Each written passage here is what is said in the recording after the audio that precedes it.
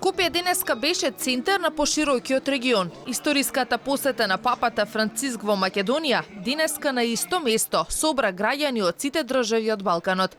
Меѓу илјадниците граѓани собрани на плоштадот Македонија, освен македонското, денеска се веја и знамење на Хрватска, Словенија, Босна и Херцеговина, Србија, Албанија, но и од далечните држави како Кина и САД. Дојдени во дводневна посета на Македонија, верниците католици се молат и веруваат дека папата Франциск ќе донесе мир и среќа за сите во светот.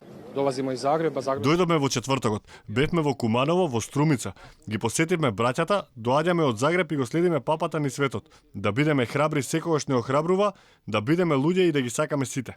Јас си го збогатив духот. Очекувам љубов кон другите луѓе и разбирање. Да исполниме негово реч. Да го исполниме неговиот збор и тоа секој ден одново. Го следиме папата и кога е во близина секогаш присуствуваме. Запрово сме гладни. Како секој народ не ни треба пари и не ни треба оружје, туку да му служиме на Бога. Само Бог не исполнува.